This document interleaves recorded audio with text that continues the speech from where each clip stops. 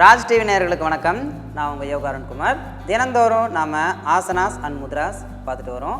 அந்த வகையில் இன்றைக்கி நாம் நம்மளோட நோய் எதிர்ப்பு சக்தியை அதிகப்படுத்துறதுக்கு, நம்மளோட சுவாசிக்கும் திறனை இன்னும் அதிகப்படுத்துறதுக்கு நாம் பயிற்சி செய்ய வேண்டிய ஒரு அற்புதமான பிராணாயாமம், அதாவது மூச்சு பயிற்சி, அதை எப்படி செய்யறது அப்படிங்கிறத தான் பார்க்க போகிறோம். வாங்க அதை எப்படி செய்கிறது அப்படிங்கிறத பார்க்கலாம்.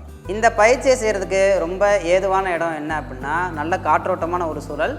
ஏதுவான டைம் என்ன அப்படின்னா, அதிகாலை நேரத்தில் பண்ணுறது ரொம்ப நல்ல பலன்களை கொடுக்கும். மிக குறிப்பாக விளையாட்டு வீரர்கள், ரன்னர்ஸ், ரொம்ப தீவிரமான உடற்பயிற்சியான பளு தூக்குதல், ஓடுதல், இந்த மாதிரியான விஷயங்களை பண்ணுறவங்களாம் இதை தொடர்ந்து செஞ்சீங்க அப்படின்னா ரொம்ப நல்லாவே உங்களோட உடல் சக்தி அதிகரிக்கிறத உங்களால் ஃபீல் பண்ண முடியும். ப்ரெக்னென்ட் லேடிஸ், ரத்த கொதிப்பு பிரச்சனை உள்ளவங்க, தோள்பட்ட வலி உள்ளவங்க, வெர்டிகோ, இந்த கழுத்து வலி உள்ளவங்க எல்லாருமே தயவு செய்து செய்யாமல் இதை அதெல்லாம் சரியானதுக்கப்புறமா பயிற்சி செய்கிறது ரொம்ப நல்லது. தகுந்த ஒரு யோகா ஆசிரியரோட வழிகாட்டுதலோட இந்த பயிற்சியை தொடர்ந்து செய்யுங்க. இதை எப்படி பயிற்சி செய்யணும் அப்படின்னா, நம்மளோட கைகள் இரண்டையுமே நம்மளோட தோள்களுக்கு பக்கவாட்டில் இந்த மாதிரி எடுத்துக்கணும். உங்கள் விரல்களோட இந்த நுனி எல்லாத்தையுமே மடித்து இந்த மாதிரி கைகளை வச்சுக்கோங்க. உங்கள் முதுகெலும்பை நேராக இருக்கட்டும், கண்களை மூடிக்கணும். முதல்ல நம்ம எப்படி பயிற்சி செய்கிறது அப்படிங்கிறத பார்த்துக்கலாம். அதுக்கப்புறமா இந்த மாதிரி நம்ம பயிற்சியும் செய்யலாம். நல்லா மூச்சு வாங்கிக்கிட்டே உங்களோட கைகளை முழு வீச்சோட மேலே உயர்த்தணும்.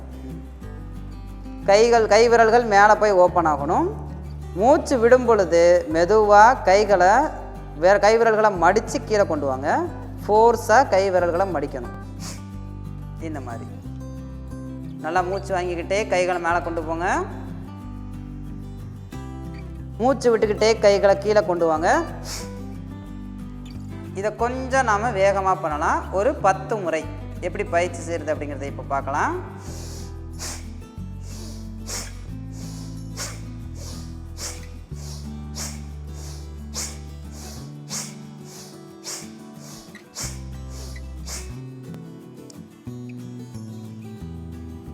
இதுதான் பஸ்திரிகா பிராணாயாமா.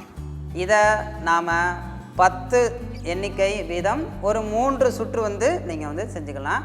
ஒரு 10 எண்ணிக்கை நீங்கள் முடிக்கும் போதுமே இடையில ஒரு 30 செகண்ட்ஸ்லேருந்து 1 மினிட் வரைக்கும் கூட நீங்கள் இடைவேளை விட்டுக்கலாம்.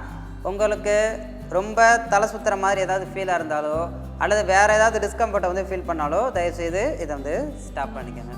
இந்த பஸ்திரிகா பிராணாயாமத்தை நீங்கள் தொடர்ந்து பயிற்சி செய்கிறது மூலமாக உங்களோட சுவாசிக்கும் திறன் அதிகரிக்கும். நிறைய உடலில் ஆக்சிஜன் கன்சியூம் அதிகரிக்கிறதுனால நம்ம உடலில் பிராணசக்தி அதிகரிக்கும். நோய் எதிர்ப்பு சக்தி ரொம்ப நல்லா அதிகரிக்கிறத உங்களால் ஃபீல் பண்ண முடியும். அந்த நாள் முழுவதுமே நீங்கள் ரொம்ப எனர்ஜெட்டிக்காக ஃபீல் பண்ண முடியும். நாஸ்டில், அதாவது சுவாச பாதையில் இருக்கிற அந்த எல்லா விதமான தடைகளையுமே விளக்குறதுக்கு ரொம்ப ஹெல்ப்ஃபுல்லாக இருக்கும். ஜலதோஷம் இந்த மாதிரியான பிரச்சனைகள் இருக்கும்போதுமே இதை நீங்கள் செஞ்சீங்க அப்படின்னா நுரையீரலில் இருக்கிற எல்லா விதமான சளி, கோலை எல்லாத்தையுமே இதால் புஷ் பண்ணி வெளியே தர முடியும். இந்த மாதிரியான பல விதமான பலன்கள் இருக்கிற இந்த பஸ்திரிகா பிராணாயாமத்தை ஒரு சரியான யோகா ஆசிரியரோட வழிகாட்டுதலோட தொடர்ந்து பயிற்சி செஞ்சீங்க அப்படின்னா இப்போ நாம் சொன்ன எல்லா விதமான பலன்களையுமே நீங்கள் பெற முடியும்.